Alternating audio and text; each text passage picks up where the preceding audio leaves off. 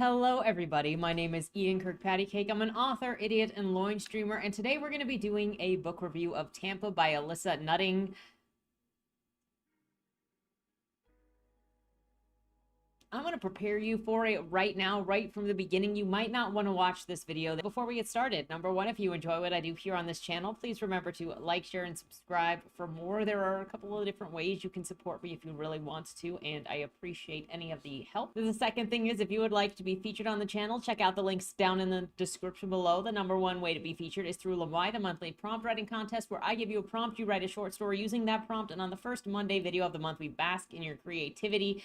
The second way to be featured is if you are an indie author and you have a book out or a book that is coming out. If you submit it to the feature, it'll be right here on the channel to hopefully help more readers find your work, because I promise you, regardless of the genre, regardless of the experimental or non-experimental elements, there are readers out there looking for the book that you have created. It's just about getting the word out, and I hopefully will do the best that I can to help spread the word.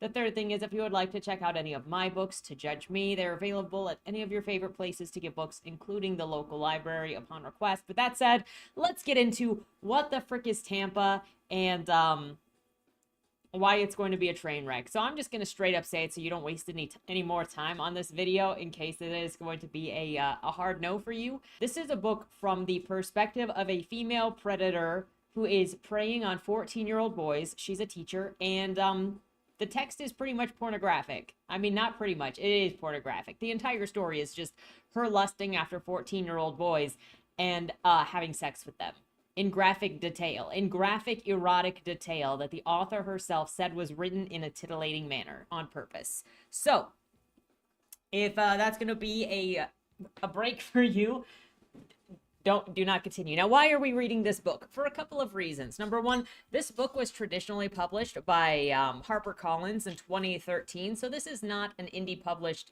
piece of child pornography. So this is not a self-published piece of child sexual material. This is something that an industry professional first scouted. An agent said yes, an editor said yes, an acquisition agent said yes, a publisher said yes, and this is what we got.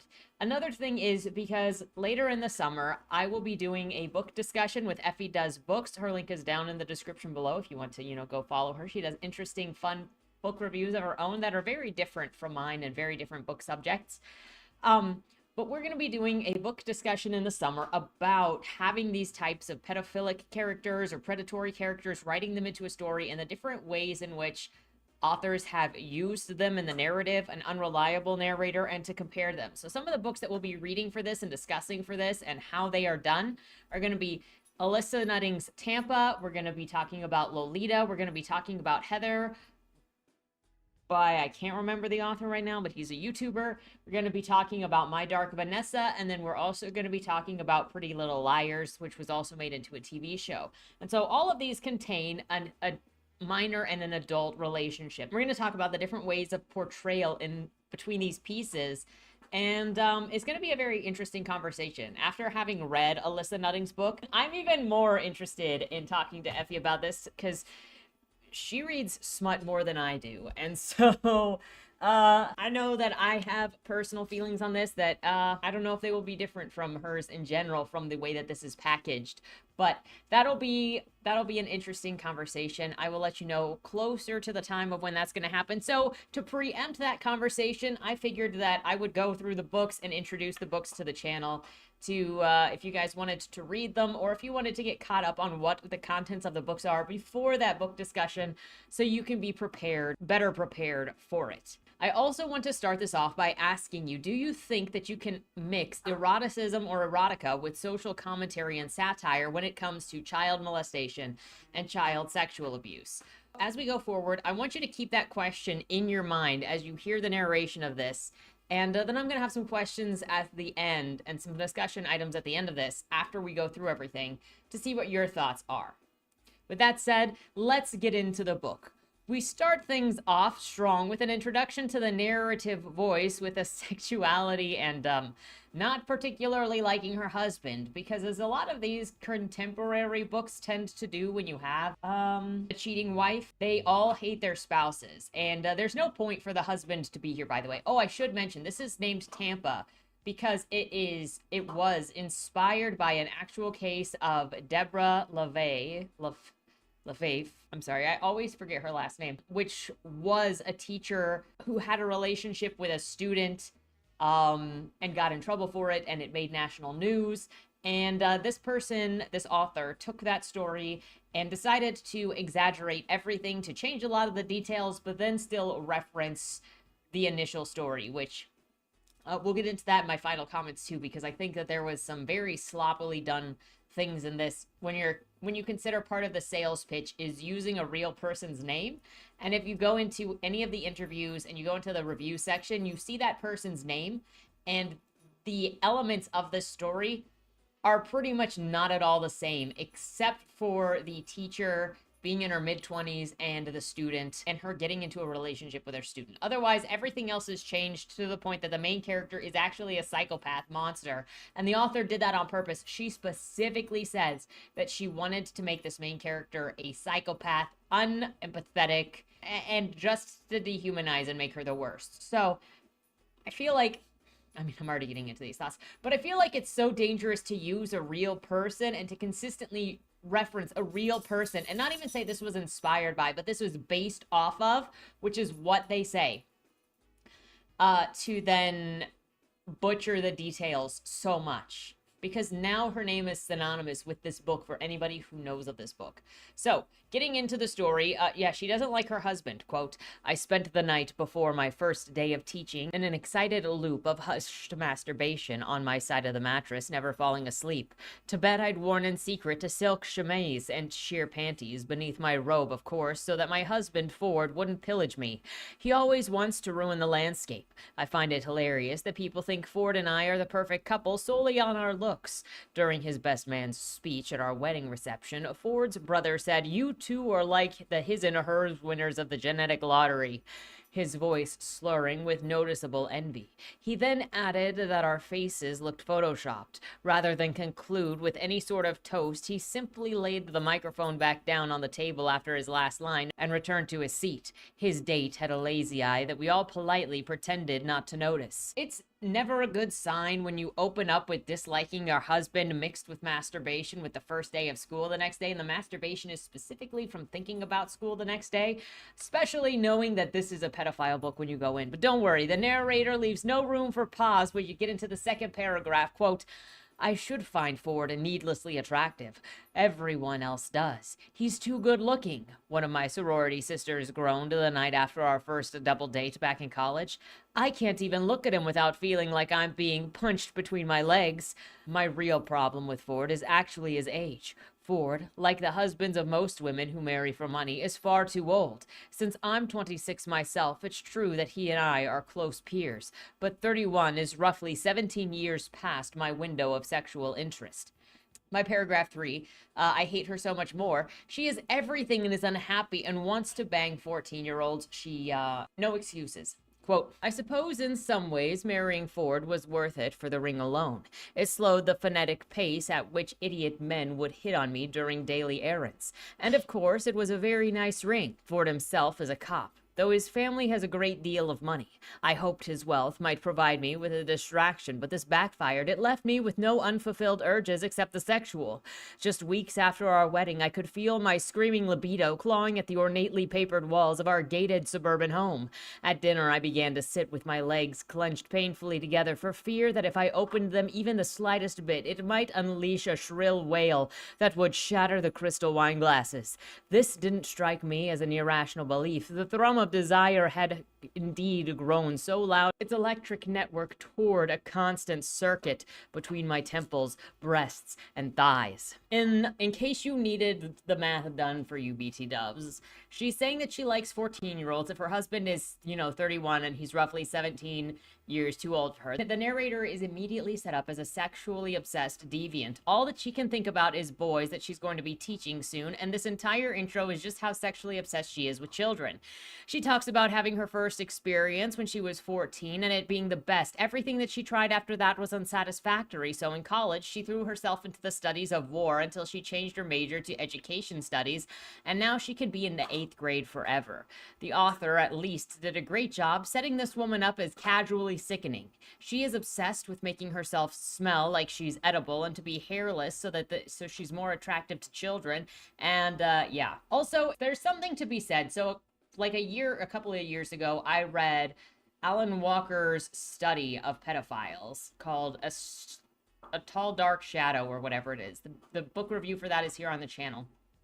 And there were a number of them that said when they were teenagers, they were attracted to other teenagers their age.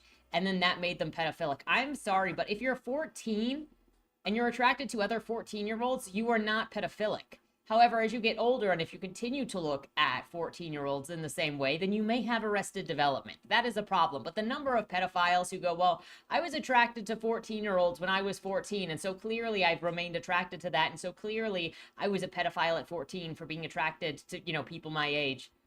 It is so weird, that justification. The author then gets into graphically describing how she's going to prey on the teen boys at the school dances, literally grinding up on them, trying to seduce them. Quote, "Had I really said what he thought he heard? Inside the school walls, no less, amidst the thundering electronic notes of that year's favorite pop song, a song he'd listened to at his very first job in the mall as he folded display shirts and greeted mothers and children who entered the store. Had I really breathed that sentence into his ear? But I felt it. He'd remind himself, felt my words form in the warm air, one sentence whose breathy shape dissipated in seconds prior to the arrival of understanding or memory. For the rest of his life, part of him would always be on that dance floor, unsure and hungry for clarity. So much so that an adult in that hotel, he might be willing to give up a great deal in exchange for a sense of order that I'd stolen from him, or even to have someone to say to him, it did happen. And I would always know, and he would always be sure, but not certain, that I had drawn the ledge of my pubic bone against the head of his penis, pressed it there like a photograph beneath the plastic vellum of an aluminum page cover, and whispered the phrase, 'I want to smell you cum in your pants.'" See, I would say that my biggest issue with this book in general, that there's not a plot, there's not forward motion, it's just sex after sex after sex after sex memory as well, or sexual thought. But the other biggest thing is you could make this work without it being quite as graphic as it is, but when the author's intent is to be titillating with children involved, it becomes very dubious to me. Maybe I'm the freak here for that. The narrator is then thinking that all of the ways that she's going to take advantage of the boys. She's in an external classroom that she can lock, and then no one can hear any of the noise in it because it's detached from the main building. She stares at the assistant principal's crotch during the interview, and at school, even before her first day, she was covering the classroom desks in her bodily juices and masturbating all over the classroom. Quote, "Though I didn't yet know which of my male 8th grade English students would be my favorites, I guessed based on the names and performed a small act of voodoo, reaching up my dress to the clear ink pad between my legs, wetting my fingertips and writing their names upon the desks in the first row, hoping by some magic they'd be conjured directly to those seats, their hormones reading the invisible script their eyes couldn't see. I played with myself behind the desk until I was sore, the chair moistened, hoping the air had been painted with pheromones that would tell the right pupils everything I wasn't allowed to verbalize. Straddling the desk's edge, I allowed my outer lips to hover dangerously close to the sharp wooden corner of its surface before sliding forward and sitting down, the hot bareness between my legs pressing against the cold layer of varnish. Those corners, if I wasn't carefully getting up, they would easily scratch into the flesh of my thigh." She prepares for her first day of school with this, quote, "By 5 a.m., the morning of our first day at school, anticipation was making me feverish. Running the water for a shower, I lifted one foot up onto the countertop to look between my legs, inspecting my sex until the mirror fogged up and censored it from view. My nails, painted cherry squares that gleamed like red vinyl, scratched one last glimpse from the condensation, 5 thin streaks I could gaze into like open blinds that gave me a final vista on the damage I'd done throughout the night. My genitals were puffy and swollen, spread open between my fingers. My labia looked like a splitting heart. I tilted my pelvis and hoisted up on the ground's grounded foots tiptoed to get a better view. It was impossible not to feel a sullen panic as their folds closed and tasted only themselves. No fresh, squirming insect of thin adolescent fingers against their cheeks. I tried to take a relief in the shower's warm surge of water, thinking about the boys I was hours away from meeting. The fruity syrup of body wash I slathered across my breasts seemed to ferment an intoxicating alcohol in the air. I'm giving you all of these passages that are just one after another, and pretty much every time I say that she is describing how she's going to take advantage of children, it is all in very descriptive text, by the way. That's why I'm kind of reading a lot of this, so that you can get the full context of exactly what is in this book, because if I just described it to you, I don't know if you would get the full impact of what it is. So she masturbates again in the shower and then goes to work. The narrator hates the other teachers and thinks that they're all annoying, and the teachers talk about how the kids are really annoying. She makes way for her classroom, looking over the roster, and immediately is looking for a victim. Specifically, she says she's looking for a victim. But then she starts panicking that maybe she won't have an ideal partner in her first class.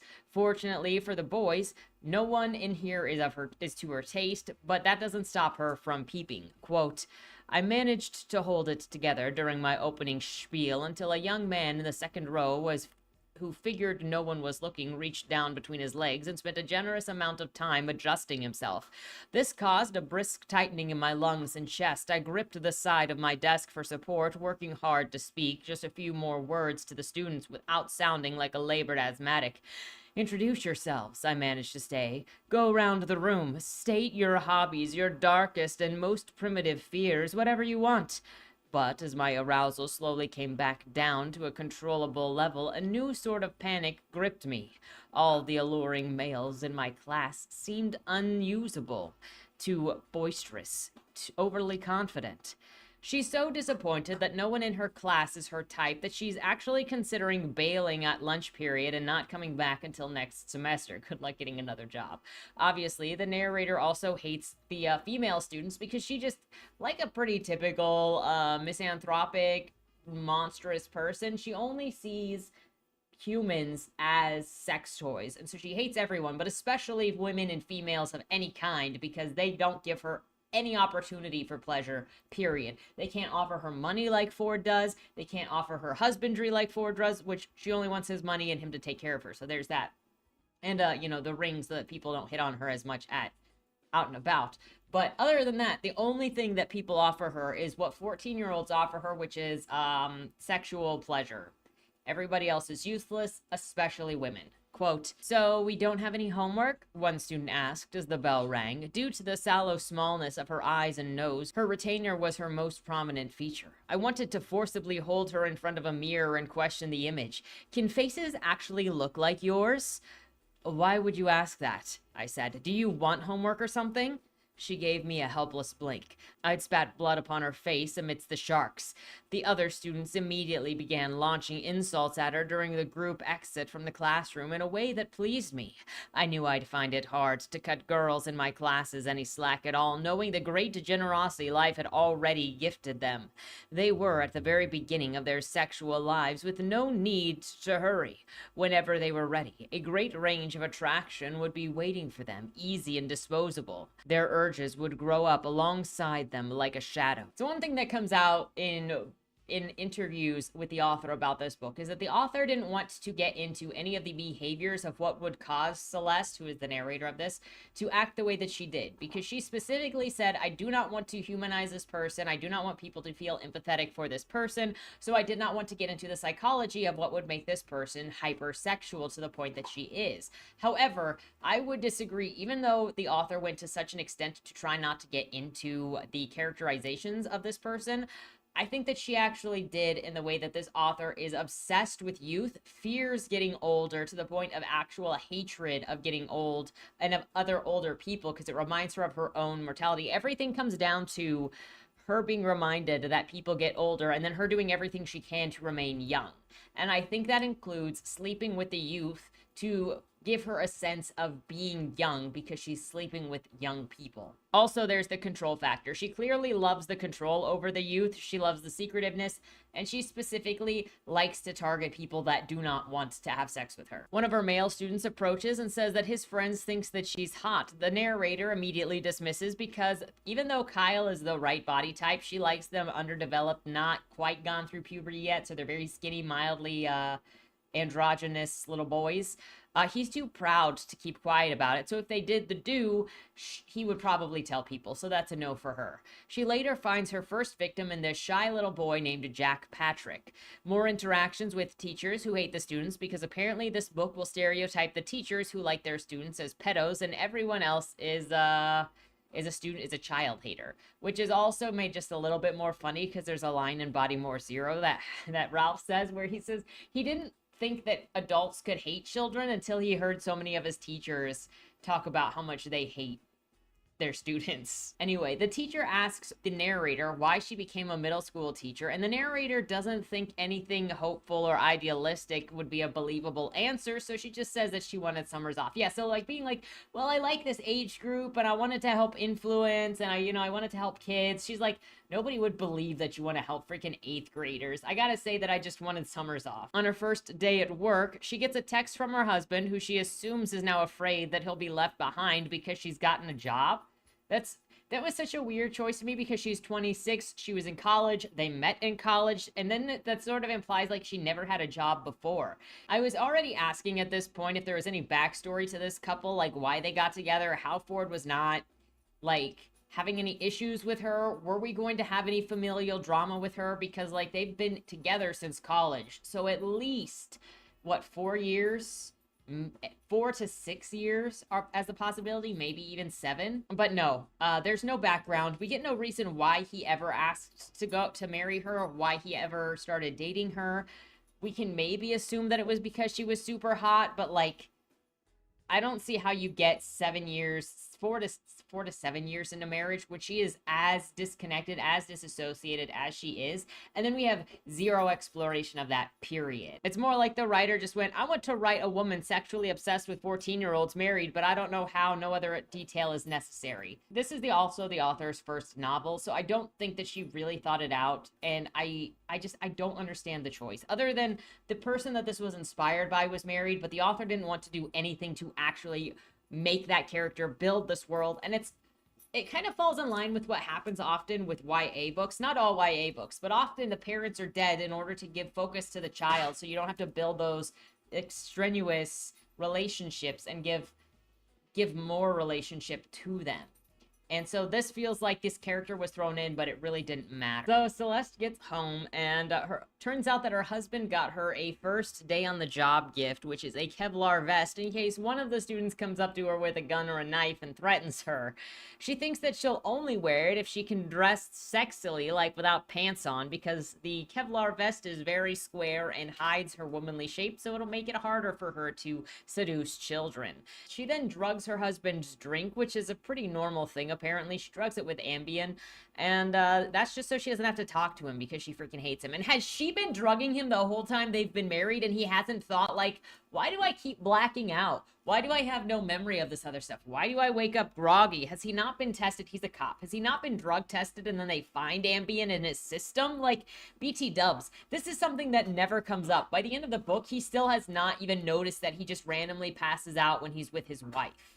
It's just another thing that is thrown in there to make basically the husband a prop. And again, the world is the world just serves this character for no reason, which is one of the ways that it fails as a satire, because it does all of these things with zero consequence. And you can make the argument of her molesting children and having no consequence as a commentary on the way that, on the double standard that exists. But everything else around this woman, every action she has no reaction, which breeds then to a very controlled environment by the author.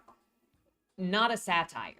It's just crappy writing. So after she drugs her husband to sleep, she then turns on MTV or whatever music channel and then masturbates to a boy band that's on television Well, she describes other fantasies that she has about these teen boy bands. Quote, the thought of Ford dead didn't necessarily arouse me, but the idea of pert adolescent males singing around his corpse, removing their colorful jerseys and swinging them above their heads in celebration, as though his death was a victory of sport and a crucial step by winning a divisional high school championship, there was something greater than comfort in that image.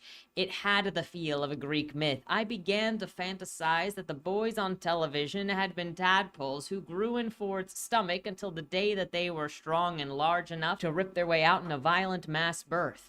It was almost enough to make me feel a hypothetical sympathy for Ford if his body, torn in half, were indeed a spent cocoon that had incubated 4 lovely young men. I would kiss him on the cheek and mean it. Thank you, Ford, but there wouldn't be time to linger.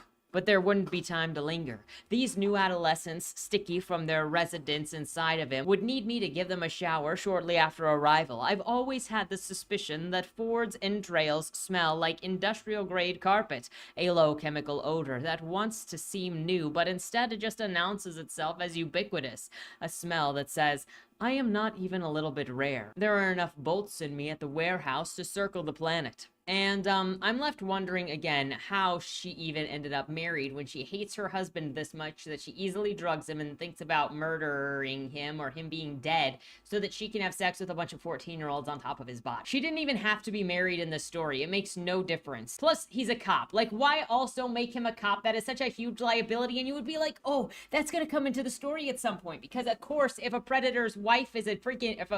And of course, if a cop's wife is a predator, then that's going to be making the news, right? Right? Nope. Doesn't even matter. None of it matters. Anyway, at the end of the music video, there's more fantasizing about the boys on the beach. All of this comes with its own description of sexual content. We then opened to Celeste talking about what she likes about Jack Patrick, the 14-year-old. He is the perfect appearance and age group, not looking like a man yet, but also being partially androgynous. Again, talking to Janet, her co-teacher that she was talking to in the previous chapter, they're going on about how the boys at school think that Celeste is hot, and she's like, I only want the boys who don't want me because they're the ones who can keep a secret. Later, she says that some boy named Steven had a heady crush on her, and he was, quote, an unfortunately moral boy. She wanted to deflower him with only the cross around his neck because, of course, she did.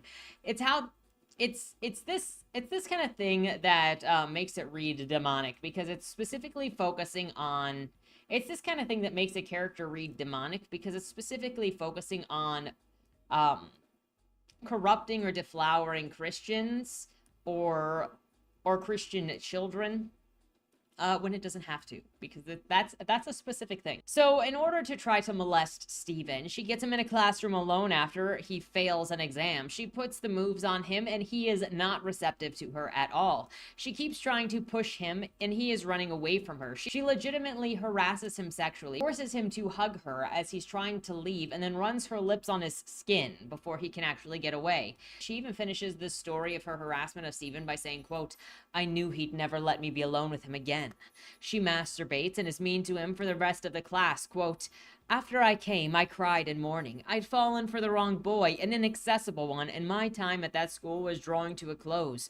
For the 3 remaining weeks, he sat near the back of the class with his friends and never raised his hand.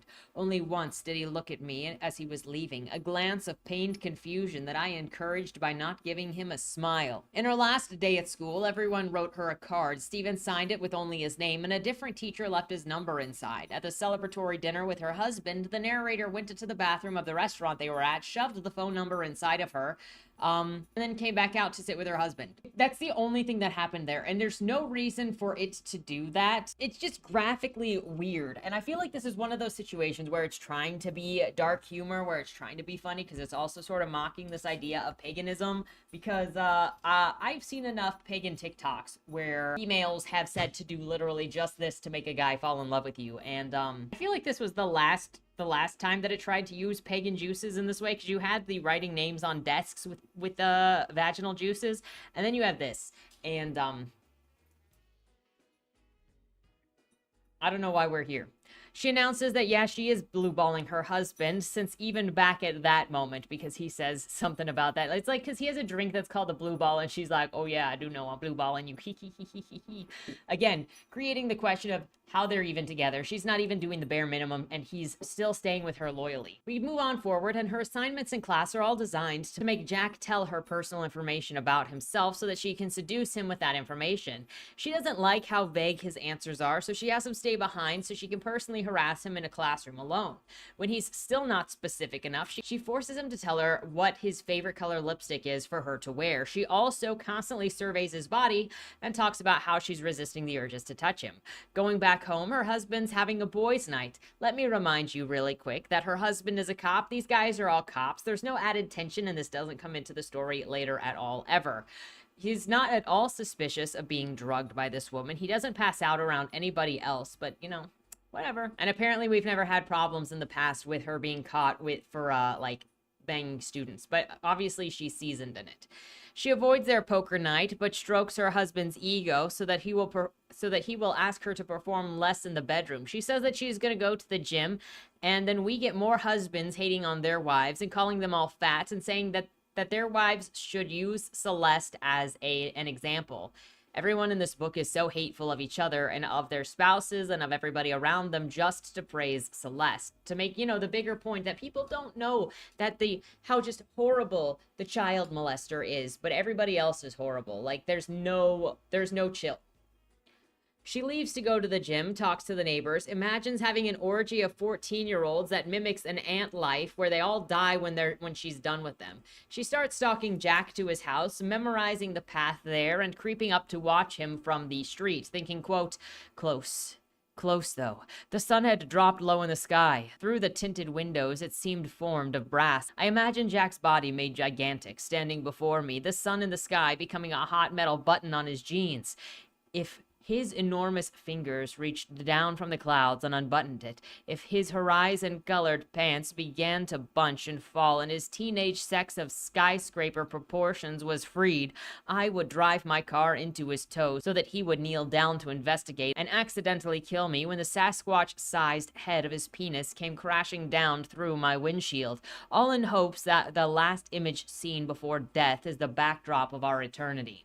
So she thinks about swimming in the pool at his house in only her panties, and then visiting him at night to wake him from his erection dreaming, and then have her way with him. Instead, she sits in the car with her perverted bag of vibrators and cameras to watch a 13-year-old Jack Patrick. Yes, she does get out her binoculars and watch Jack playing video games while jacking off in her car with a vibrator. She then says that the only way to have wholesome sex is to have it with a teenager, because adults judge you for everything in sex, and they grade it and they have other things to compare it to. So sex with teenagers is more pure, according to her. Now she's thinking about digging in the garbage to look for thrown away masturbation tissues made by Jack. She freaks out about aging because she thinks that she's going to be undesirable at 30 and not able to molest children anymore. She considers running inside to grab Jack and do the do with an overly described sex scene again. She then thinks about how beautiful things can surprise people by doing less beautiful things. Her reference point for this is that she is super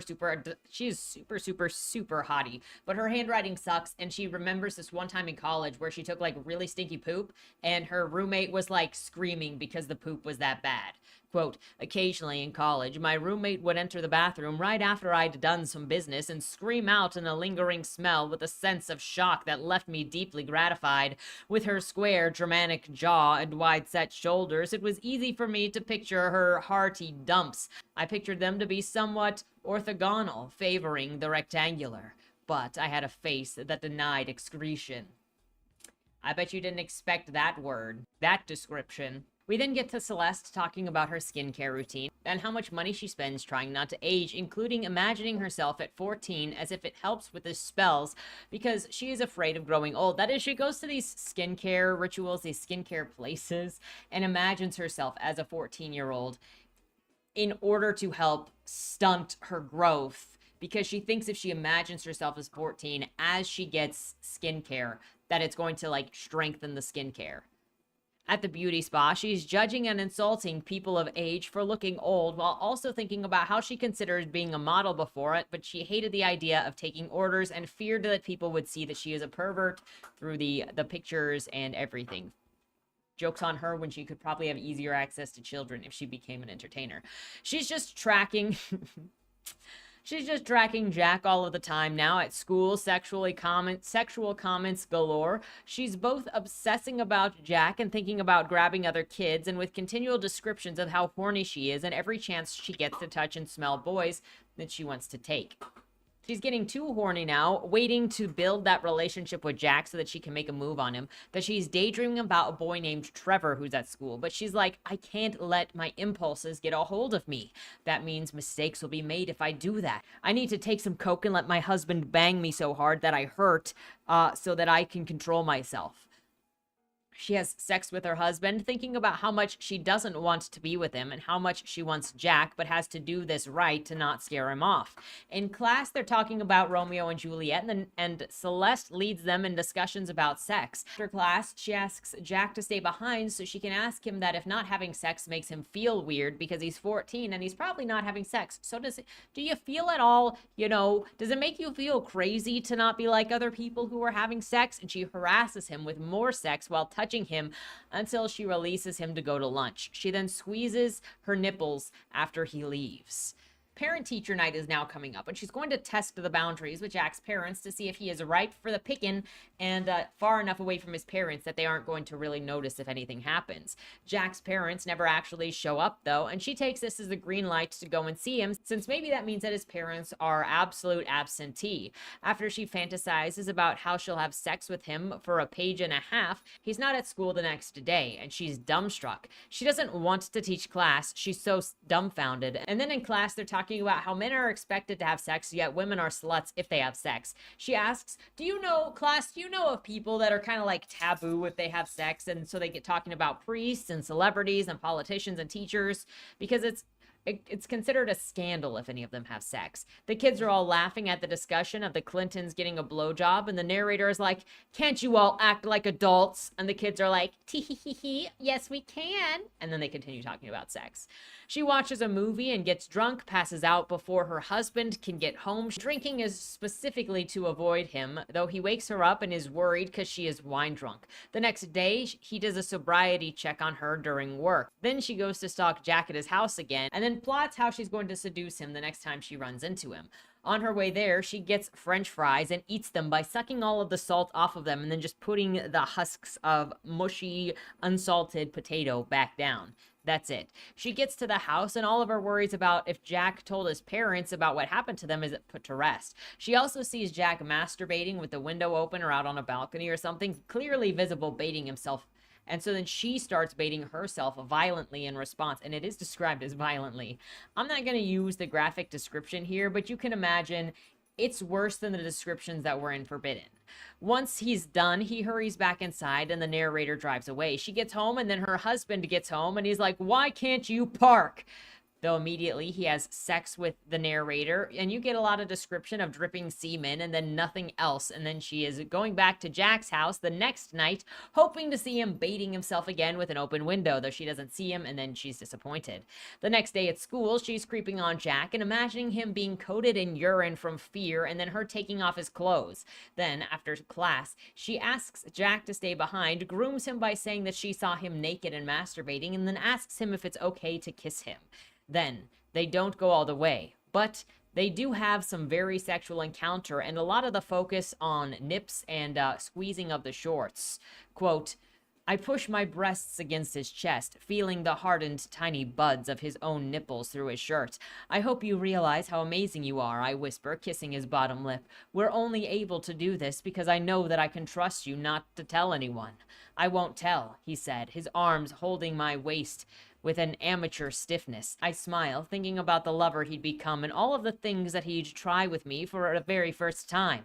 I would be the sexual yardstick for his whole life. Jack would spend the rest of his days trying but failing to relive the experience of being given everything at a time when he knew nothing. Like a toll booth in his memory, every partner he'd have afterward would have to pass through the gate of my comparison, and it would be a losing equation. The numbers could never be as favorable as they were right now, when his naivety would be subtracted from his expertise to produce the largest sum of astonishment possible. They part ways so that he can get to class, but not without her giving him a prepaid cell phone with only her number on it. She suffers being horny for the rest of the day, waiting to see Jack again. She also wonders if her students are having sex, because she's looking at some of them with hickeys and is like, you know, they are probably deaf doing the do. The principal comes in, and the narrator is worried that the principal knows what's up with Jack and that she's about to get arrested. But instead, the principal says, BT Dubs, you know that bitch Janet? She's a freaking terrible teacher, and I'm about to fire her. I need to fire her. So after we fire her, you're gonna get to move into the classroom inside of the building. And so then this freaks out Celeste because she likes the privacy of the external classroom. So she's like, no, don't fire Janet. I will mentor Janet so that she is a better teacher. And if you think that Celeste is actually gonna make Janet a better teacher, you're wrong. She is going to forge papers, and apparently, well, she's going to lie, not forge papers. She's going to lie on her reports saying that Janet is a better teacher, and the principal is never actually going to check in the class. So again, we got no consequences on anything. It's hard to tell this being a satire from a typical power fantasy when this is all the same stuff that happens in a typical power fantasy. Celeste then picks up Jack because earlier in the classroom they agreed to meet. So she picks him up in her Corvette and they go on a date. They're driving and she's asking if he can drive a stick, and he's like, I'm 13. I can't drive, but I might get my learner's permit in a year. I think this is another attempt by the author to do humor. Quote, "You can touch me, you know, anywhere you want while I drive. My windows are tinted." He swallowed and looked straight ahead for a moment, rubbing his sweaty palms against his pants while giving himself an inward pep talk. "Okay," he finally nodded. He placed a sweaty hand on my bare knee, then sat motionless for a minute before his fingers began gently moving in one direction, then another, sliding incrementally further up my thigh. I began to moan, but my enthusiasm was slightly dampened when we passed a graphic pro-life billboard. Then an advertisement for septic repair services whose mascot was an anthropomorphized plunger. I sighed. Jack and I needed a highway all our own, devoid of reminders about life's daily vulgarities. Even the rusted exterior of the jalopies we sped by seemed ominous hairbringers of unwelcome news, announcing that my time with Jack, that our bodies and everything we'd ever known would all inevitably decay and fall apart. She's like, "You turn 15 next year, Jack. We need to do this because by next year, you will be decayed." They get to the make-out point, and then an insanely long sex scene ensues. Like, I am not even joking about how long this sex scene is. It freaking is never ending. And she is guiding this child into pleasuring her. Quote, "I gave him a quick 30 seconds of advanced sucking, my tongue fluttering against his underside until I could taste the salty bitters of pre-ejaculate, then sat back and wiped my mouth off on my arm." His face had transformed into a foreign mask of disbelief. He looked down at his erection as though he was trying to confirm it was still attached to his body. This is just a portion of the sex scene where she does take his virginity, and it continually leads him and like teaches him how to do all of these things that are very, very described. And in a book that would be, you know, using adults for this, it'd be more just whatever. It's just your typical erotica. But here you've got a 13-year-old involved with a 26-year-old woman with this level of detail. And if it was also, I could maybe understand it personally. If it was a one-off scene to show you how grotesque the scene is, after they finish, the teacher wants to go again and is like, "I bet he doesn't even know that he can go again," as she tells Jack that was the best sex that she has ever had. They have sex a second time, more detailed than the first, cum dripping, then they get milkshakes and fries and such, and the teacher is looking at Jack saying everything he does is erotic, like watching him eat a french fry, freaking eroticism. Then she asks if he'll meet her again outside of class. She asks when she can see him again and points out a hotel that they should go to later while she considers the things that she'll have to do to avoid the police. Jack says that his dad comes home at a certain time every night and, quote, I felt my crotch seize at the thought of fucking Jack in his own bed with the musky funk of early adolescence rising from his sheets, everything in the room surrounding us relating to him in a way that would make his body feel magnified. His home was a better location than I'd ever let myself imagine. She worries about the neighbors seeing them together, especially, you know, like her Corvette in the driveway, but she wants to be with him. Then she drops him off and she heads home. She gets home and bathes despite how she wants to keep Jack's scent all over her, but she doesn't want her husband to notice. When she comes out, he's watching television. She picks up fried chicken from a bucket on the table and cleans it off, you know, eating all of it, and then says that she is holding that fried chicken bone like a weapon while she stares at her husband. And he still hasn't noticed that she is there. Still at a loss for why he exists. Also at a loss as for why it's got this imagery here, other than she thinks that she's like flexing on him because he doesn't know that she's there, but she never does anything to him other than drugging him and, you know, humiliating him by being a pedophile and doing what she do. And Celeste is then sitting with Janet's class and fakes a report saying that she is doing so much better because she doesn't want to be there, but at least this is keeping Janet in the building, so then the facility is not opened up, so then Celeste doesn't have to move inside. At home, her husband sets up a double date night with his like sister-in-law and his brother, but the narrator totally checks out the whole time. When they get into the truck at the end of the night, her husband is like, everyone thinks that you're a stuck-up bitch because you don't try to talk to anybody. You too pretty to talk to the uggos? Look, I know that your sister-in-law, my sister-in-law, and my brother are not as hot as us, but that doesn't mean that you should act like this and totally ignore them. Is that a problem? And then she says, well, we don't have anything in common. And her husband's like, dude, my sister-in-law is a high school teacher. What do you mean you don't have anything in common? And that's pretty much where that ends. Like, if you think that there's going to be a resolution to any of this, that any of these interpersonal relationships matter, that they're going to have any weight, especially considering the author says this is a social commentary on the double standard, yeah, no, you're wrong. There is no interpersonal anything. None of that actually matters in this. They're just kind of there randomly to get in the way of her sexual thoughts and to also give her more reason to resent her husband while she thinks more sexual thoughts about teenagers. In the car, she's still obsessed with Jack, imagining her husband sitting on Jack until she decides that she's mad at him, and then she's imagining Jack strangling her husband and insulting him for being a cop. Then he's mad that she won't let him touch her. And she's like, you are just drunk. Stop talking to me like this. You're only mad because you've been drinking too much. She implies that he forces her into sex and her ignoring him makes him drink. The next morning, they pretend nothing happened because this has been their life for a couple of years, apparently. And, again, it's not going to mean anything. Now she's visiting Jack's house constantly so that she can have sex with him everywhere. He's excited and impatient to wait to date her publicly when he's legal, and she's thinking about how he'll age out of her range next year, maybe 2 years max, because as soon as he starts developing an older boy's body, she doesn't want anything to do with him. But she's not going to break that to him because she doesn't want to ruin the sex setup that she's using him for. There are more sex scenes and her talking about skirting Jack's dad until we get to her asking to see him masturbate like he did that night that she saw him.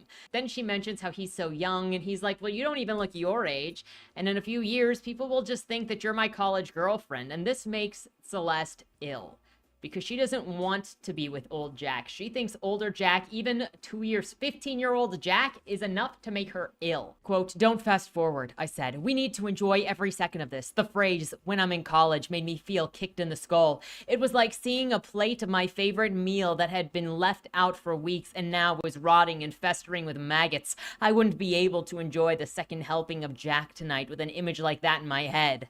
Jack keeps talking about getting married as soon as he turns 18, and Celeste is still disgusted, telling him that she doesn't want to get married. And Jack is like, but you love me, right? And she's like, yep, I do. And he's like, if you do, then why don't you say it? And she's like, can we just have sex, please? Instead of saying that she loves him because she knows that it's going to hurt him if he knows the truth, which is that she doesn't respect him as a person, doesn't see him as a person, he is just a sexual object. She eventually gives in because she doesn't want to ruin the mood or discourage him, so she's going to use him further and says, I love you, so he says it back, and then they have sex again. Then later, they're having more sex at Jack's house in the shower when his dad comes home, and they're panicking. They try to cover up for the situation that she is tutoring him. The dad looks at the narrator's breasts and nipples the whole time while inviting her to stay for dinner and hitting on her. It makes inappropriate comments in front of the father makes inappropriate comments in front of his 13-year-old son as she's on her way out. Then the narrator and Jack are going to go to a drive-in movie in wigs and have sex in the car as they watch the movie about high schoolers. And again, we get an appearance of insecurities that flavors this book and may be one of the underlying themes that the author considers. Quote, the adult world has so much less to offer than the adolescence does. It seemed to me that the happiest possible ending to the movie would be both teams playing impeccably and tying at the end of the fourth quarter, then the entire stadium being blown up by terrorists and their young lives ending on a high. The two of them then plot how they can fake interest in Jack's dad because they're like, look, if you make my dad think that you like him, but you don't have to have sex with him because you could say like you want to take it slow. But if you can trick him that you're interested in him, then he will give you a key and then you can come to the house whenever you want. And it can be during the day and then it won't be weird when he sees you there. So you just have to pretend to want to date him. And she's like, but your dad is eventually going to want to have sex with me if I pretend that. And Jack is like, no. And then eventually she agrees because it is just too tempting to not agree. So then the unbridled sex at the child's house happens, and it just continually escalates. They're playing sex games with food and the recliner. The narrator doesn't know how needy Jack is. The narrator then doesn't like how needy Jack is getting. Now she is dealing with Jack's dad as well, and she has less patience for her husband because she's having to appease another man. So technically she's cheating in two ways, even if she's only sleeping with the child. And so she's like, because her husband is like, hey, I need you. You're my wife. Can you kind of hang around, whatever? She's like, why don't you freaking just watch porn like a normal man? I'm not going to sleep with you. I'm not going to talk to you. Just go watch pornography. She's harrowing out her husband, and he tells her that he at least wants to look at her while he jacks off. He doesn't want to look at porno. He then tries to talk to her about having a kid, and she's like, ew, no, I don't want to have a kid. Oh, but it gets worse. Quote, sensing that I was drifting even further away from him, Ford's mind went into overdrive. He'd recently tried to get the baby conversation going again. He wanted us to go to a fertility doctor, get the ball rolling. If we ever have a child, it'll be through adoption, I stressed, trying to play at both his vanity and my own. You didn't marry me for my stretch marks. I had no interest in children. Even if Ford raised the thing completely by himself and we trained it not to talk to me or interact with me whatsoever, I would surely end up moving out of our home within days of its arrival. There was an impulse of self-protection surrounding the decision as well. I knew if I ever had a son at a certain age, it would be impossible to ignore him, and I would never want to force that transgression upon myself. So she's not even worried about transgressing on the child or her husband. No, she wants to not commit incest for herself. So again, she tells her husband no to a child. He says that he wants more and leaves the house in a fit. A couple of hours later, he comes back and orders like 3 new sports channels because apparently that's making up for his wife not being there for him. On a holiday break, she takes Jack to a hotel and has him lay his butt into a sink so that she can wash his butthole and then give him his first rim job. She wonders if she's molesting him too much and if Jack didn't like it, but then she says that he appears to be fine and just keeps going. Jack gives her earrings, and then later, Jack's dad gives her the exact same earrings, and this makes Jack angry. Now, to make up for Jack feeling bad, she's gonna have sex with him in the mall bathroom because apparently teacher is speedrunning every kind of sex with Jack possible before he turns 15. The sex scene in the bathroom had literally no point to it other than to write a 13-year-old having sex in a bathroom with a pedo teacher so then they can escape. And then it's Christmas and she's getting lingerie from her husband because her husband, still finds her attractive, still wants to be her husband, even though she's been absolute trash to him.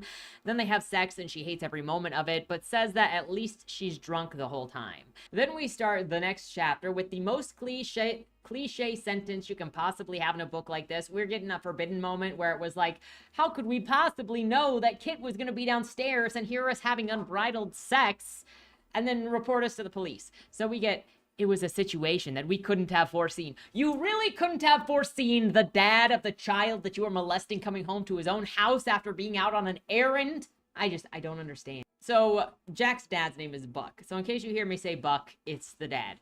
He drops his car off at the auto repair shop down the street and then walks home as the narrator and Jack are having sex on the dining room table with leftovers from the holidays spread all over the place, using it as lubricant. The narrator tries to cover up for it by saying that she was letting her pants open from eating leftovers and giving her belly room to breathe. We get this line, quote, "I was about to martyr my loins on a grotesque altar of Buck's four-post bed." Because in order to hide the fact that she is molesting and raping his son, she offers to have sex with the dad because the dad is interested in her. And the dad does take that deal and then just has sex with her in his bedroom for however long. And it makes Jack mad because now the woman that Jack thinks is his girlfriend is now banging his dad. When she's done appeasing Buck, she leaves without talking to Jack because his door is closed and she's afraid that he'll start talking to her loudly about how upset he is. So she just leaves him and goes home, telling Buck that she will not take him to the mechanic to pick up his car. Jack calls her a bunch of times at home while she is sleeping, and at school the next day they're talking about the Lord of the Flies, and she's worried if Jack killed his dad, and if that happened, would she be considered an accessory for influencing him to murder? And would that carry more jail time than raping a minor or and then what would come with more jail time? Raping a minor or inspiring a minor to kill somebody? She starts using the class to try to deal with her issues, asking if they've ever felt out of control. She sees how depressed Jack is when he gets up from class and tells him to stay after, and she, quote, plans to fuck the pout right off of his face. In order to make up with him, she lets him do anal on her, and then he takes a picture of her that he refuses to delete afterwards because he wants something that his dad does not have. Once Jack leaves, Janet comes in and thanks the narrator for being one of the best teachers around and helping her improve her standing with the principal. So while Celeste has just sort of made up with Jack, he's also more distant than normal, and she's noticing. She says that she needs to make sure that Jack doesn't ask for an adult. She says she needs to make sure that Jack doesn't ask for more adult or lurid requests because that would be offensive. Quote, my creative suggestions, therefore, had to be homespun deeds of inverted kink that came from the corruption of something wholesome. As she continues to do him, she determines that Jack isn't just disengaged from sex, but she says that he has PTSD from dad walking in the door. So her suggestion is that they drug his dad tonight so that they can just have sex without worrying about dad noticing that they're having sex. Because while dad knows that they had sex previously, she is continuing to have sex with Jack while avoiding the house, while also leading Jack's dad on, but Jack's dad is also not demanding to see what's her face, so she's kind of avoiding, pretending that she's not seeing Jack while seeing Jack, while also Jack's dad is not actually haranguing her about putting out, despite how he could if he wanted to blackmail her. So like, again, it was just a convenience, like this thing happened to happen to the child, but actually has no consequences on the story because, again, she avoids him and just continues to use Jack the way that she was basically before. So if it wanted to pretend that it was upping the stakes because it made a difference in the story, it didn't. Things continued as it was happening previously with no complications to the status quo. They go through with drugging dad. He's unresponsive, but don't worry, he's not actually dead, though Jack is worried that they may have given him too much. Though Celeste assures him she's done this a million times, it's fine, whatever. She decorates dad with her underwear to prove that he is not waking up so that they are safe to have sex, and Jack still isn't comfortable, but is coerced into it by the narrator. When she's done, she even thinks about rubbing Jack's cum on the dad's lips in order to disgrace him. They're having a lot of sex now, and it's long and continuous instead of short and sporadic, and Jack's taking charge a lot more. In one of the scenes between Jack and the narrator, she's pretty sure that Buck came in and actually saw them together, so things come to an abrupt stop because she's like, oh shoot, We've been avoiding him. He saw that I'm here. He's now going to want something. So then she abruptly ends them so that she can go and check on Buck and see what Buck wants to make sure everything is square. And when she gets out to the living room where Buck is, he is conveniently having a heart attack. Yeah, just randomly, by the way, just random. So she just stands there and watches him. And she's like, you know what? I could call the cops and paramedics, but then Jack would be alive. So you know what's better? What's better in this situation? We'll just let die because it makes things less complicated. So she sits there, watches him die, returns to Jack, tells him to put his hands on her breasts, and then when she does, she informs him that his dad is dead. Jack wants to call the hospital, and the narrator doesn't because it'll get them all in trouble. He's ugly crying, and we get, quote, mucus streamed out from his nose and began to mingle with his lips. His tears and high-pitched cries had a way of making him seem pleasantly pre-adolescent. In that moment, I was not opposed to intercourse. So his sadness just made her more horny. While he's sobbing, she takes him to another room and gives him a blowjob so that he will stop crying. Then she's immediately asking if he can drive his dad's car. She helps him shower, clean up so that she can give him orders on what to do about his dad's body, about what to do with the paramedics, about what to do with the cops. She helps him move the body first. Jack puts a blanket over his dad so he doesn't have to look at the body. And the narrator is like, it's so funny that he's covered in months of our cum and bodily fluids in that blanket that we've been, banging on forever. She then goes home and talks to Ford, who is now on the night shift. He's glad that they'll actually be able to have dinner together because their shifts have been so wonky, but that also means that he's working 10 p.m. to 6 a.m., and so she's going to have to spend time after school with her husband, and that'll give her less time with Jack. She also realizes that her time with Jack is coming to an end because with his dad dead, then he's going to have to go and live with his mother, who lives in another city. She wonders if she has time to meet another boy before summer break happens, because obviously stuff with Jack is coming to an end. The next chapter starts out saying that Jack is broken from the loss of his father. He's been absent for 10 days, and then she receives a text message from him asking her to come over to the dad's house because he's alone. We don't really get a reason as to how he's at his dad's old place alone if his mother knows that, dad died. I'm assuming mother is out, I guess, doing errands and just left her son there. But yeah, let's get a repeat of the other parent that you can't sleep your way out of seeing you. We get this quote: "At first, the invitation sounded so perfect as to seem like a trap, but my libido overruled any suspicion. I'd been going stir-crazy in the classroom, trying to make educated guesses as to what type of underwear different boys wore by inspecting their groins when they stood up from their desks to read aloud. When she goes to see Jack, she's disappointed that a child mourning the loss of his father is not as horny as she is and may be looking for emotional support from the person who said, 'I love you.' Quote, I found Jack in his bedroom, lying on his bed, his fingers laced behind his head as he looked up at the ceiling. It was an anticlimactic reunion. On some level, I expected him to be feeling as sexually deprived as I did, to grasp me and begin passionately kissing. If he had to cry with relief at being able to touch me again, I wouldn't have minded coital tears. Instead, he barely blinked when my face came into view of his." It doesn't matter that he's depressed. It doesn't stop them from going into a long sexual intercourse description again, as he says that his life is over since he'll be going to a new school now that his dad is dead and he has to move in with his mom. She says that the sex is good, and they do this. Now, as they do this, Jack concerns himself with how he killed his dad. The house is in arbitration for what Jack's mom is going to do with it, and he doesn't want to be in this house anyway, so they go off to have car sex all over the place in random parking lots, and they talk about how uncomfortable it is because they turn the car off, and Florida is hot, so then the car gets really, really hot. She notices Jack's not enjoying this at all anymore and seems to be checking out during sex, struggling emotionally, but still doing it and not talking to her at all. Instead of checking on him emotionally, she wants to get him back into it and hopes that summer break will help him do that. In class, she's leading a conversation about To Kill a Mockingbird, and she pulls it away from the discussion of morality because she doesn't want Jack to confess what he's been up to and to feel bad about it. The summer brings no change in Jack's behavior, and all the narrator can do is think, meh, he needs to be replaced. He's pretty much used up at this point. She's legit counting down the days until he moves away with his mom because, quote, his father's death had matured Jack in a way that made him far less satisfying. So for the remainder of this, she's just using him until she can find a new child to victimize because she just doesn't want to stop having sex. She's mentally gone through her last conversation she's going to have with Jack a million times in her head, using his father as an excuse to break up. She spends summer dragging out her time with her husband when he is home so that she doesn't have to have sex or talk to him at all, or that she can minimize anything that she has to do with him. Lunch with Janet and her teacher assistant doesn't really matter. Then she's spending the rest of summer looking at child pornography and imagining that when she has sex with Jack, he's this boy who'd gotten run over by a car and he's about to die, and his last dying wish is to lose his virginity to her, and so then he's having sex with her before he dies, and then when the event is over, then, you know, obviously he's dead. Then her husband asks her to go to the beach with him to stay in their family beach house the week before school starts.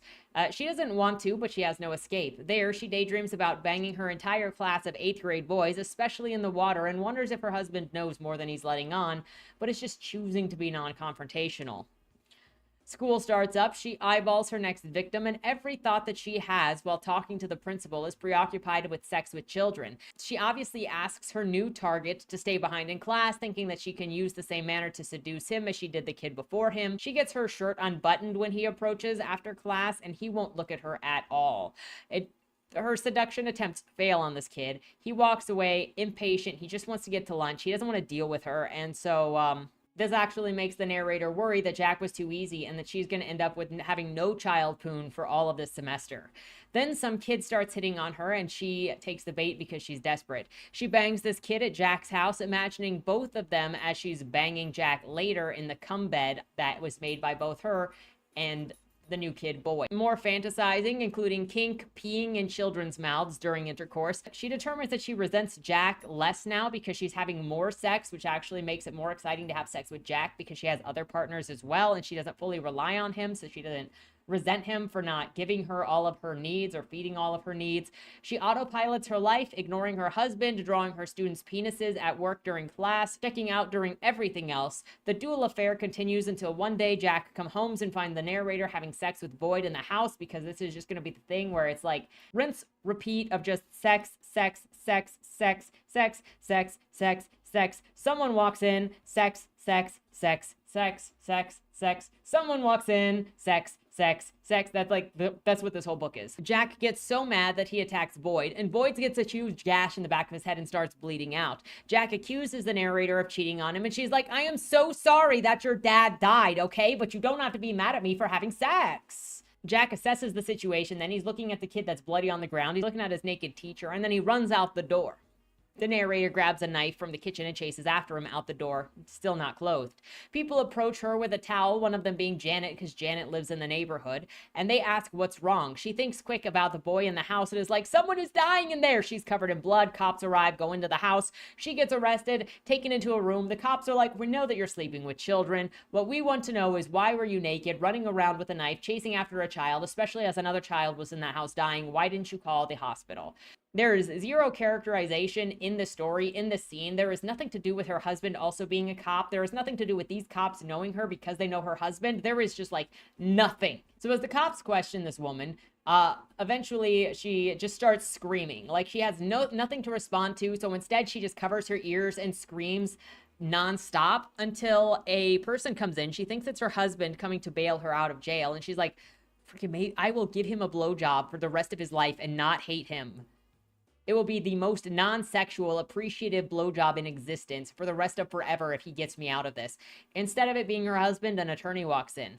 We find out this attorney actually belongs to her husband's family, and her father-in-law is paying for it. Though she never met her father-in-law, or she doesn't have a relationship with her father-in-law, her father-in-law paid her bail, is paying for attorney, and also bought her a one-person studio to live in during the time where she's waiting for her trial, because she was released from prison pre-trial as long as she does not leave the city. The narrator is also surprised at the economic status that she still has despite having cheated on her husband and not having to get a prenup, because somehow her cop husband, who she's been ignoring for years, cheated to have sex with kids for, who she drugged, and whom he yelled at wanting more, is now paying her bail. No consequences, no discussion, no characterization, and is paying for her lifestyle. The only purpose of her husband is to exist in order to keep her from having consequences, but he's not even a real person. He's just a figure with money to bail her out of everything. I can't even blame him. He's a tool of the author. Oh, and then in this tirade, she's also comparing her leading him on and marrying him to her putting up with her pedophilic thing. She's like, well, maybe he won't leave me because, like, I've put up with marrying him, being married to him, being his wife. So, like, maybe he'll do me a solid by just ignoring the predilection to children thing. You know, they're basically the same thing. Like, happy wife, happy life, right? That's pretty much where this is going. Quote, was it implausible that Ford might be able to come to peaceful acceptance of my more inconvenient cravings, just as I had in deciding to live with him and agreeing to play the part of his wife? This is where you actually learn that it is Ford's dad who is paying for everything, and it is just because she is so hot. He's like, bruh, I have built a $60 million company from the ground up, and I still don't have a trophy wife like you. You've met Marjorie.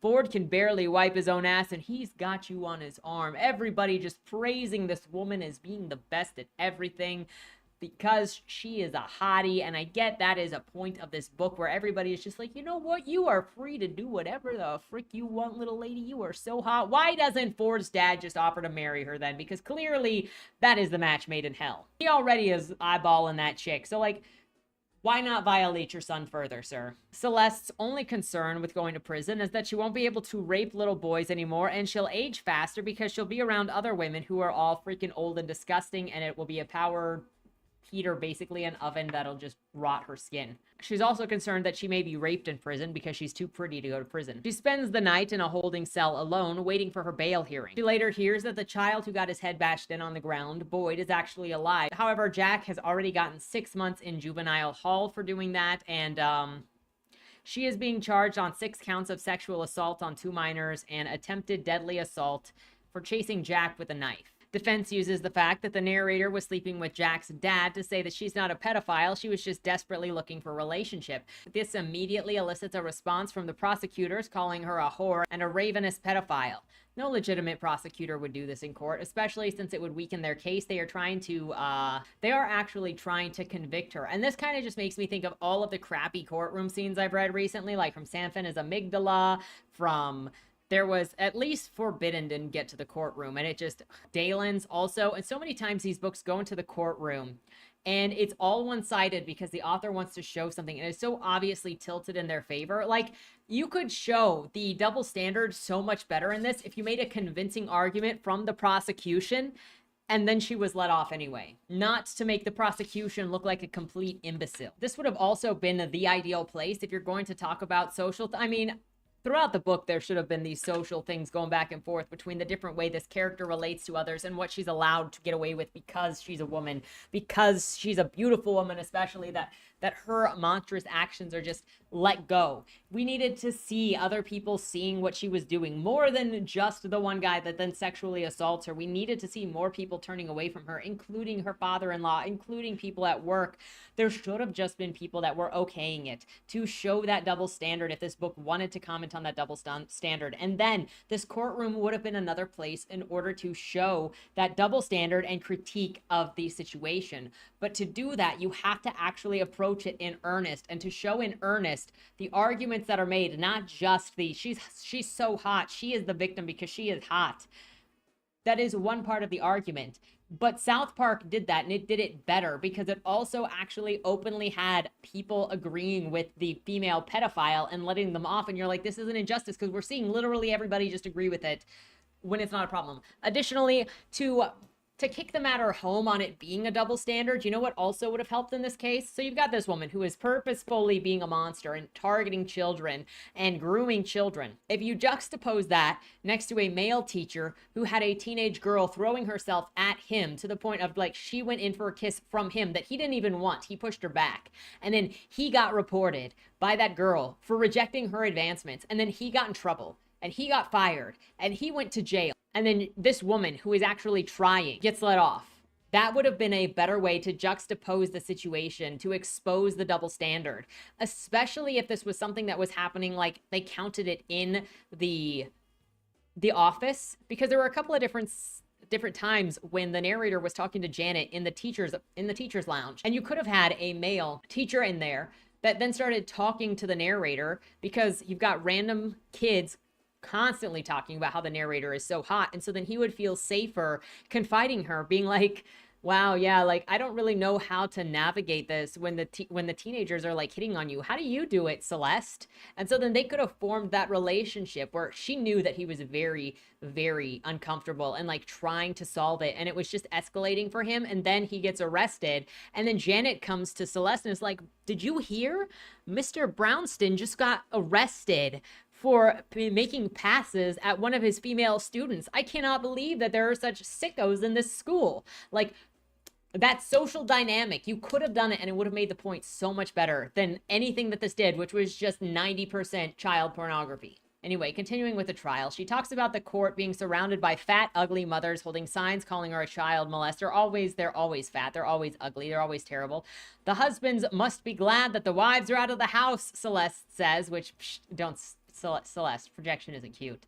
And she notes how there weren't even men in the group. So I guess in Nutting's world, the men don't give a about child molestation. The narrator is just wallowing in her own self-pity, summarizing the happenings around at the trial as she says, quote, "All the anguish and fear surrounding the upcoming trial seemed to have settled into my nipples. They'd begun to spontaneously harden on the hour in the hopes that they might be utilized as channels of release like in the past. If only I could be allowed a few minutes of Boyd's teasing them with his sharp prongs and his his orthodontia. I can't believe we've got nipples of fear." It's at this point I'm like, I never want to hear somebody complain about men writing women ever again. Bad writing is just bad writing, regardless of sex. Because when women write women poorly, like, you get fear in the nipples and pedophilia smut. The narrator is just so miserable because masturbation in her flat, in her flat, the narrator is just so miserable because masturbation is so boring and she wants to diddle children. This is also when she learns that Jack is in juvie for 6 months. His mom is nowhere to be seen. She swears at her husband for not sending all of her toiletries and assumes it's because he's mad at her, before thinking, quote, "I couldn't deny this disappointed me for a variety of reasons. I certainly still held the hope that he might forgive me, that we could go back to a routine like normal. Now knowing the secret life I'd have to lead in the hours away from home, Ford could negotiate for greater benefits. I'd be willing to meet a more robust monthly sexual quota with him in return for letting bygones be bygones, and I could once again have access to luxury." She really is delusional.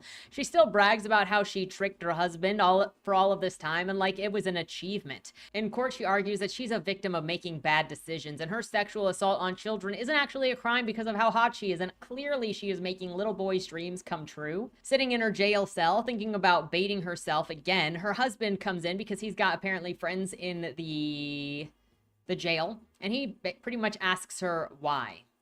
And she won't talk to him. She won't look at him. She won't say anything. So then the narrator is disgusted by her husband's show of emotion. Quote, "Do you love me?" he asked. When this question failed to gain an answer, he soon began looking for a consolation prize. "Does any part of you love me? Did you ever?"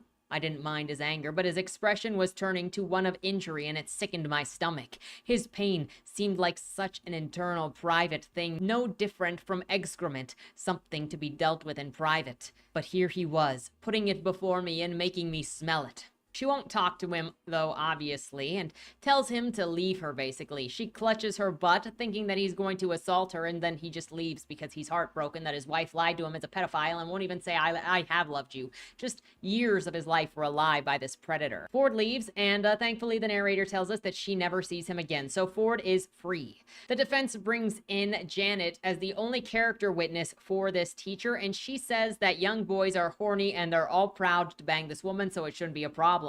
The attorney asks the children if they willfully had sex with their teacher, and then they all celebrate, quote, "What the jury saw was a red-blooded American teenage boy asked to repent for nailing a hot blonde. I think your chances are good. He looked like he wanted to crawl into your lap." So apparently they did not have any parents on that jury. After the trial, we find out that she gets 4 years probation, can't go near schools, so she gets a job at a cabana bar outside of a hotel in a local tourist spot, and then starts preying on children that come visiting with their families and are tired of their spending time with their parents, so then they're alone, so then she bangs them, and then there is less risk of her getting caught because they're only there temporarily.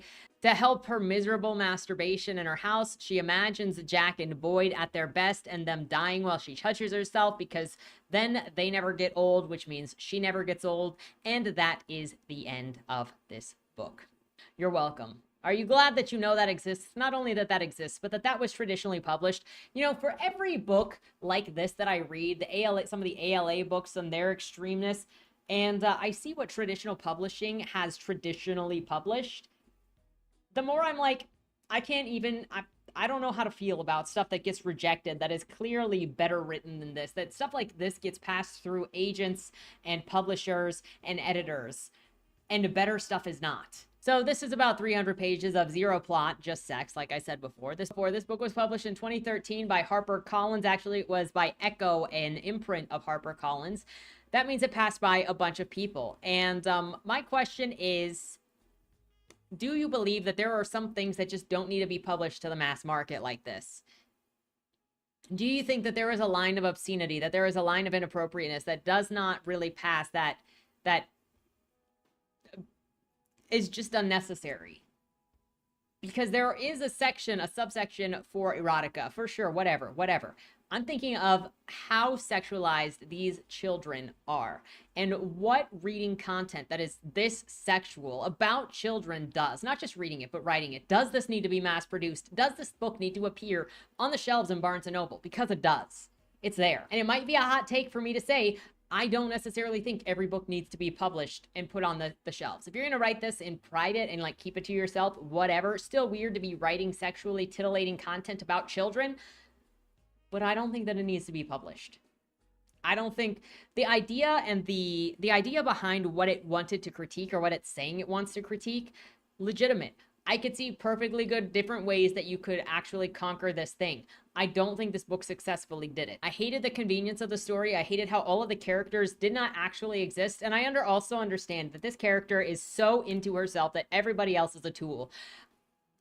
But it did not actually create a world in which she lived in where the characters around her had any disposition at all. Her husband should have discovered that he was being drugged because he was getting fired, and he should have been like, why did they say that there was Ambien in my system? I don't take Ambien. Like, that could have been something that added pressure to their relationship and then actually showed the fighting between the main character and her husband. Like, there were so many places to add attention to show the dysfunction and the ways that what's-her-face's life was falling apart around her, and then she just kind of kept coping with it, especially if you want to continually compare this to American Psycho, which is a completely asinine comparison. If you've actually read American Psycho, it's not even this obsessed with killing. You get like 150 pages before Patrick kills his first person. Instead, he's spending the whole time living his life as a freaking yuppie. And he has a couple of chapters in there specifically to show off to you, to try to charm you with his music knowledge, which is all a bunch of bullshit anyway, but he's talking with such confidence, it's meant to trick you. So you get him actually building the relationship with the reader to try to trick the reader, which if this wanted to do that, if this wanted to make you question the character, then it needed to not go as far as it did to dehumanize the character, to just make her a walking, talking whatever, because this read exactly like Guns and Smoke. It read like an erotica. And so it failed, as I mentioned as we went through the story, it failed to me as a satire. It felt like she believed satire is something closer to tee-hee so random, which was some of those descriptions, like bringing up her having a face that looks like it couldn't poop. Or some of the other things, the teenage boys in the boy band worshiping her like it's a Greek play tragedy, whatever, and then having sex with her in this fountain of whatever. It felt like it was doing Robot Chicken style, extreme, weird to be tee-hee random, so extreme, but that's not what satire is. So this failed as a satire for me. It actually read more like a splatterpunk. And if you go and look at the other books enjoyed by these readers, it's a bunch of splatterpunk books. Now, if you look at the description of splatterpunk, it's specifically a subsection of horror, but it is characterized by extreme violence, extreme descriptions of gore, and extreme descriptions of sex, and doing as much taboo as possible. I think that this falls into splatterpunk. There are definitely enough bodily fluids, even if it's not blood. And the whole point, as far as I am aware, is that splatterpunk came about some decades ago as a response to this feeling of puritanicalism puritanism within the American culture specifically and in the publishing industry. They said that you were going to tell us that we can't write this extreme stuff. Well, we're going to write this extreme stuff and be as offensive as possible in protest against decency, ideas of decency. And so we're going to be as obscene as possible. And that includes constantly having child sexual abuse in those books as well. So that's why I kind of consider this more as a splatterpunk than anything. It also falls in line with the idea because of it trying to be as taboo as possible. And the author saying that she wants to elicit a response and she wanted to write sexual children in this book in order to elicit a response by being extreme. In her interviews, she also talks about how she thinks there's a double standard when it comes to women writing sex, and that's also why she wrote such grotesque sex, is because she believes that women are shamed for writing sexual content, and so then she wanted to empower herself and empower women by writing sexual content unapologetically. And it's one thing to write sexual content unapologetically. I think it's another thing to write child pornography unapologetically and then say that it is female empowerment. Now, there is an issue with double standards between female predators and male victims, or even female predators and female victims, child victims. Another area in which this double standard exists for female predators is in content like this, where if this was written the other way, if this was written by a man with a male protagonist writing pornography about teen children that were girls, it would never have been published. Not only that, but there are an awful lot of child predators writing children's fiction right now, publishing under children's fiction. And that's going to be the discussion, part of the discussion on Saturday, where we follow up with this and we talk about sexualization in children's literature. I know that I've talked about it before. I know that we've gone through it before with some of the different books that I've read on this channel, but I want to bring it forward because I think that there are a lot of child predators that are grooming children with sexual content, and they defend it by saying that it is women's liberation, it is women's freedom. And I think that there is a responsibility to authors if you choose to write or publish children's fiction or YA. But that's something for another time. I wanted to share this quote from the author about why she wrote this book the way that she did. This is also her debut novel, by the way. She has a short story collection that came before this. But she said, quote, "I'm not like other people. I'm so afraid and terrified of very normal things that freakish and monstrous things don't terrify or creep me out any worse than I'd already be. It's been a lifelong calling. I've always been able to think and talk about things that would depress or abhor others. I'm naturally depressed and abhorred. It's really no big deal to me. I can write about society's metaphorical shit. I'm not afraid of the smell. I think it's hilarious to see what lies buried beneath."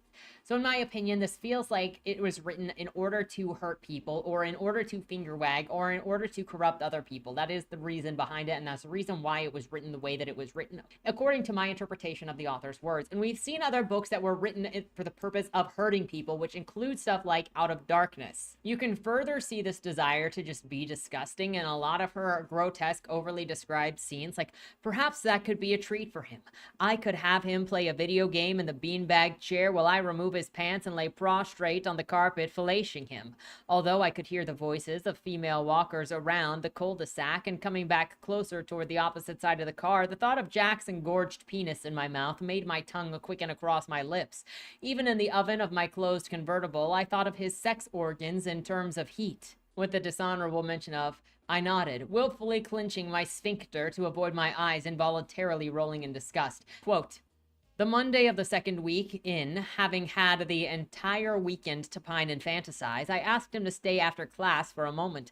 I'd managed to keep my portable classroom, despite AP Rosen's repeated offers to take an opening in the main building. I claimed that I'd become fond of its deficiencies. It's almost like a one-room schoolhouse, I told him. When I was a little girl, I always played that I was a teacher back in the pioneer times. He absolutely loved this little white lie. Apparently, a great-great-grandmother of his actually did preside over a one-room school. He told me a long story about it as I hummed the Star-Spangled Banner with the tip of a student's penis in my mouth." I've had a couple of books that are weirdly focused on the butthole, and that includes, there was some in, his name was Augustin, that it was just like, why are we here? Everything that is put into a book, whether it's the perspective of the character, whether it's the type of character, like if we're doing first person, third person, second person, if we're doing past tense, present tense, if we're doing which character in the story whose perspective we're focused on, Every single thing that is put into a storybook is just a tool in order to tell the best story, to tell the story to the closest means that you have of expressing the ideas that you have. Last week I did a video with Monty about the purpose of art, and so it's about expressing something. And everything that we do, whether it is our medium of choice, whether it is the tools that we can use in that medium of choice, or it's stuff like this where it's words, everything within that boundary is there to help us express what it is we're trying to say. So at some point in storytelling, narrative, you have to look at the purpose of the story. And with something like this, you have to look at the thirst in the book and what is it actually doing for the story. I get that her description previously was that she wanted to inspire titillation and arousal in the readers so that she can hold up a mirror to the readers and be like, see, now do you think that it's disgusting that men do this? But at what point does this become normalizing erotica of children? Because it's on the same level of Guns and Smoke or other things that are meant to be erotic. How does this message reach those that you want to discuss this situation with, to convince people of this situation? Because I feel like most people are, one, already disgusted by child molestation, but two, the people that need to hear it will be turned off by just how sexually depraved the book is towards children and are not going to read through it to see what even your point is. Most people won't, will they? Do you think that they will? Do you think that this is beyond the pale for what most people think? I'm not even going to lie. I read so many like weird and over the top books that when I see the normal things, the completely normal things that people complain about in movies and television, I'm just like, do you even know what's out there? So I want to ask you, who do you think that this book is for? Who do you think that this book was written for, the purpose, and what do you think was added to the discussion, to the style in the way that it was written? Here is another quote for the piece up there. A couple more things from interviews that I looked over to try to better grasp what was going on with the situation. From Mary Claire, it wrote, why did Nutting make the novel so graphic? Nutting believes that the coverage of the cases like Lefebvre's tend to diminish the seriousness of what happened. Her aim was to shock people into challenging their preconceptions. I knew that if I was going to write, that I was going to refuse to euphemize. I was not going to hide behind language, she told Guardian. However, if you take that quote for what it is, blaming the inspiration of this case, the author actually drastically changed the details of the case so that it actually does not match the initial case in general. So she's complaining that people don't take cases like Lefebvre's seriously while purposefully dehumanizing and making more extreme cases like Lefebvre's, and also doing what is almost tantamount to libel or slander because she continually uses that person's name with a completely different story. She did not have to actually be this grotesque in order to get the point across, which is, again, why I think that this leans more into a splatterpunk style than it does a satire, because it's too obsessed with the sexuality and being in your face about it. And it references real things that then change those real things, but she still uses that as a shield. Finally, there was a quote from The Independent that best summarized the experience. Quote, the banality of Celeste's language is surely intended to reflect her sociopathy, but it starts to pall as we wait and wait for a broader moral point to be made. When it does arrive, it is too late and far too limited in scope to make the mass of explicit brazen horror that precedes it worth trawling through. You can get to the same notion through a 20-minute episode of South Park that is far less graphic than this book. Now, this author did a great job at making a completely disgusting, sexually obsessed pedophile, but there's no point to it other than exploitation. After what I have gone through, for me, there is nothing to this. It's not teaching anything. It's not showing anything new. And you can actually get to this same point by viewing this single tweet where it says, was I 14 sexually harassed by my sister's friend? To be honest, I had a crush on her for a little while now, and I think that she knew. She says that she was staying over for the night, and she came into my bedroom and got into my bed with me at first, and she was just talking to me. Then she kind of climbed on top of me and started kissing me. I was so overwhelmed, and it was all just so much for me that I asked her if she would please stop, and she didn't. And you got OP here saying something like 50 billion males have existed in all human history, and most would literally have killed for an opportunity like this. But instead, this dude's crying and claiming that he's been sexually harassed. The kids really aren't okay. So this actually makes the point so much better. The satire, like, sends the message so much better than the 300 pages of child molestation and explicit sexual content that Alissa Nutting put together. But that's my opinion. Let me know what yours is on this content, on this book, everything down below. I know that I have preferences that are against generally this much sexual content, so I know that I am particularly sensitive to it. And that is my bias. But let me know what your thoughts are on this book, on this crafting. I still think that it is a terrible satire. It didn't do what it set out to do. It was just sexually explicit for explicit's sake, for protestation's sake. And I'm just going to get into repeating myself if I continue. So with that said, thank you so much for hanging out. If you made it this far, congratulations. See you eventually for the conversation with Effie's, or at least I hope to, because I think it'll be a very interesting conversation about this topic. And with that said, have a great weekend and don't die.